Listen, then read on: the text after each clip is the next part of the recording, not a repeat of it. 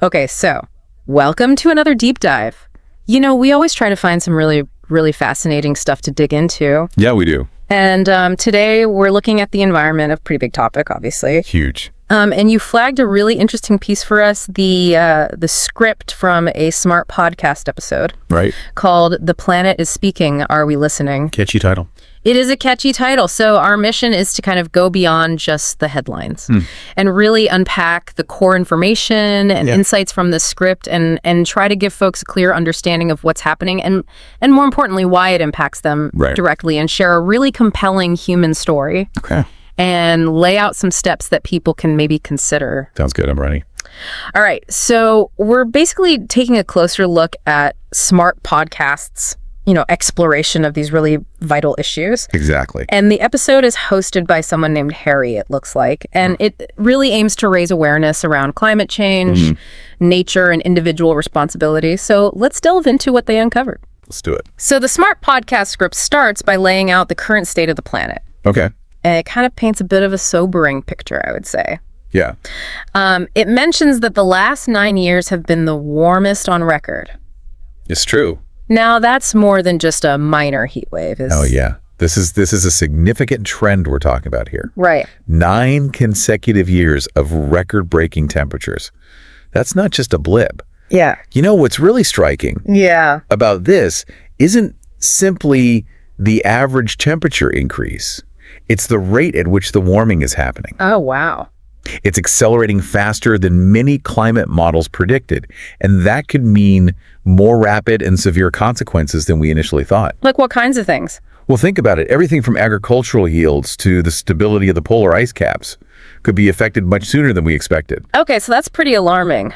It is. And that's just the beginning, right? Yeah, just the tip of the iceberg, unfortunately. The script also points out that we're cutting down over 15 billion trees every year. It's mind-boggling, isn't it? It's a number that's almost impossible to grasp, 15 billion. It's hard to wrap your head around that number. To put it in perspective, it's like wiping out an area the size of Greece every single year just in trees. Greece every year. Wow. Okay. And so what are the impacts of deforestation like that? Well, the implications are huge. I mean, for one thing, trees absorb carbon dioxide, which is a key greenhouse gas. So fewer trees means more CO2 in the atmosphere. Right. But it's not just that deforestation also devastates entire ecosystems, displacing countless species. Oh, right. And even affecting regional climate patterns and water cycles. Wow. So it's all connected. It is very much so. Okay. And then there's the incredibly concerning statistic about species extinction. Right. Apparently it's happening 1,000 times faster than the natural rate. Yeah, that's not just a gradual decline. We're talking about a full-blown crisis. So what's causing this accelerated rate of extinction? A lot of factors are contributing: habitat loss, climate change, pollution, invasive species. It's a complex web of problems, but the bottom line is we're losing species at a pace we've never seen before. And what are the consequences of losing all this biodiversity? Well, think about it. Every species plays a role in the ecosystem. It's like a giant, intricate web. Right.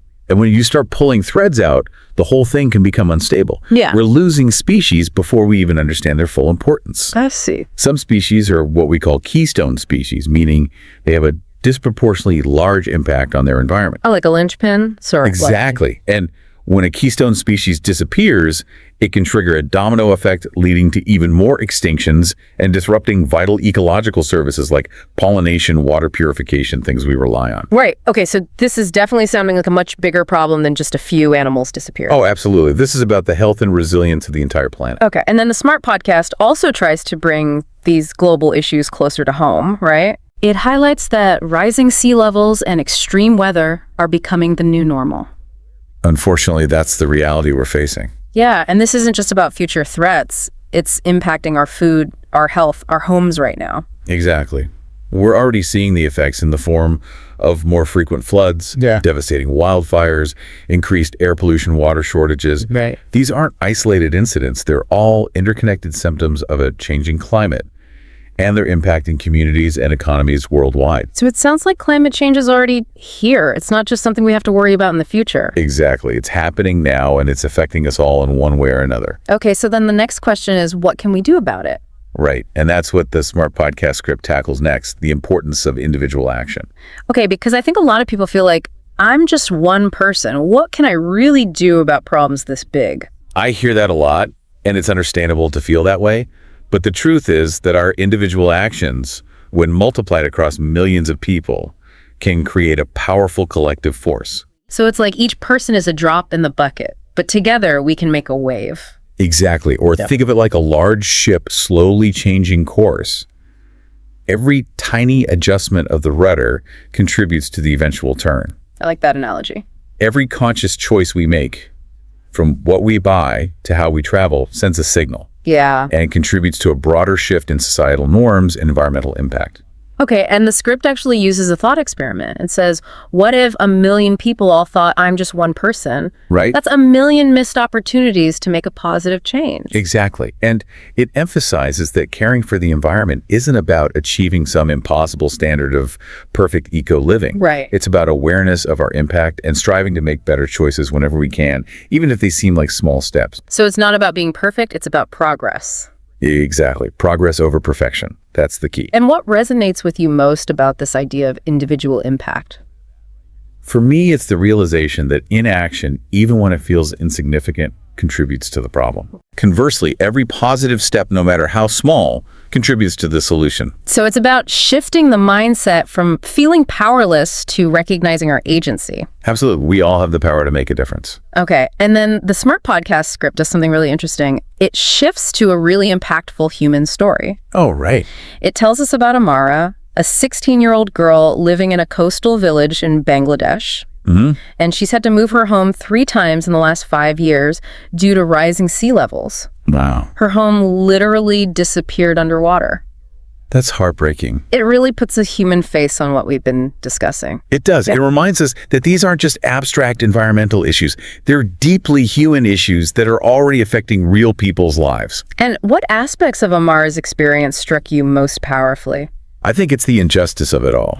Amara and her community are on the front lines of climate change impacts, despite having contributed very little to the problem themselves. It highlights the disproportionate vulnerability of certain regions and populations and underscores the urgent need for action and support from the global community. It really drives home the point that this isn't just a scientific or political issue, it's a human one.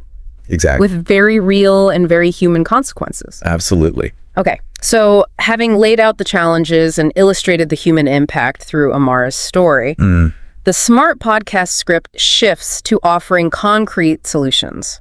Okay, I like where this is going. It outlines 5 simple actions that individuals can start taking right away to make a positive difference. And all ears. The first one is to reduce our reliance on single-use plastics. Okay. By carrying reusable water bottles, shopping bags, and cutlery. That's a great place to start. It seems pretty straightforward and accessible for most people. It is. And, it might seem like a small thing, but the cumulative impact of reducing single-use plastics is huge. Yeah, I can see that. Think about all the plastic waste that ends up in landfills and oceans every year. By choosing reusable alternatives, we can significantly reduce our contribution to that problem. Okay, what's the second action? The second suggestion is to eat more plant-based meals. Okay. The script explains that meat production, especially red meat, is a major source of greenhouse gas emissions. Even making a partial shift in our diets can have a positive effect. So it's not about going full vegan, it's about reducing our meat consumption. Exactly. Every little bit helps. Okay, makes sense. What's number 3? Number 3 is to be more mindful of our energy consumption. Okay. The script recommends switching off and unplugging electronic devices when we're not using them to save electricity. Oh, right. Because even when things are turned off, they can still be drawing power if they're plugged in. Exactly. It's called phantom load, and it can add up over time. So making a habit of unplugging things can make a difference? Absolutely. Every little bit of energy saved helps. Okay, number 4. Number 4 is to recycle correctly. Okay. And by that, I mean being aware of what materials can and cannot be recycled in your local area. Right, because just throwing everything in the recycling bin isn't enough. Exactly. Contamination in recycling streams can actually make things worse. Really? How so? Well, if non-recyclable items end up in the recycling bin, it can contaminate the entire batch and make it unusable. Oh, wow. I didn't realize that. Yeah, so it's really important to check your local guidelines and make sure you're recycling properly. Okay, good tip. And the 5th action? The 5th action is to speak up. Okay. That means sharing information with others, educating those around you, and voting for leaders who prioritize environmental issues. So using our voices to advocate for change. Exactly. Because individual actions are important, But we also need systemic change. Right. And that requires raising awareness and holding our leaders accountable. So it's about using our collective power to push for a more sustainable future. Absolutely. Okay, and then the Smart Podcast script goes on to talk about something really interesting, the resilience of nature. It uses examples like the cleaner air, the return of dolphins to urban waterways, and the increased bird song in cities during the 2020 lockdowns. It's amazing how quickly nature can bounce back when given the chance. It really is. It shows that nature has an incredible capacity to heal. It does, and it gives me hope that even though we've done a lot of damage, it's not too late to turn things around. But as the Smart Podcast points out, this natural healing isn't automatic. Right. It requires conscious and collective effort from all of us. Absolutely. It's not about just waiting for nature to fix things on its own. Yeah. We have to actively participate in creating the conditions for recovery. So it's about changing our behaviors and supporting policies that protect and restore the environment. Exactly. We need to be active stewards of the planet. Okay, and the concluding thought of the Smart Podcast episode is really powerful. What is it? It frames us not as mere guests on this planet, but as its guardians entrusted with its care for future generations. I love that framing it shifts our perspective from one of exploitation to one of responsibility. Right. It reminds us that the choices we make today have lasting consequences for the generations who will inherit this planet. So we need to think beyond our own immediate needs and consider the long-term well-being of the planet. Absolutely. And the final call to action encourages listeners to reflect on the information shared and to actively strive to leave the planet in a better state than they found it. It's a call to action that resonates deeply with me. Me too. It's about listening to what the planet is telling us and responding with thoughtful and meaningful action. Okay, so as we wrap up this deep dive, what are some key takeaways for our listeners? Well, I think the main takeaway is that while the challenges facing our planet are significant and interconnected, the message isn't one of despair. It's a call to informed action. Every choice we make, no matter how small, can have a ripple effect. And Amara's story reminds us that these are human issues with real consequences happening right now. Exactly. But there are tangible, accessible steps we can all take to be part of the solution. Absolutely. Yeah. It's not about feeling overwhelmed or guilty. It's about awareness and making informed decisions. So as you go about your day after listening to this deep dive, consider one or two of those simple actions.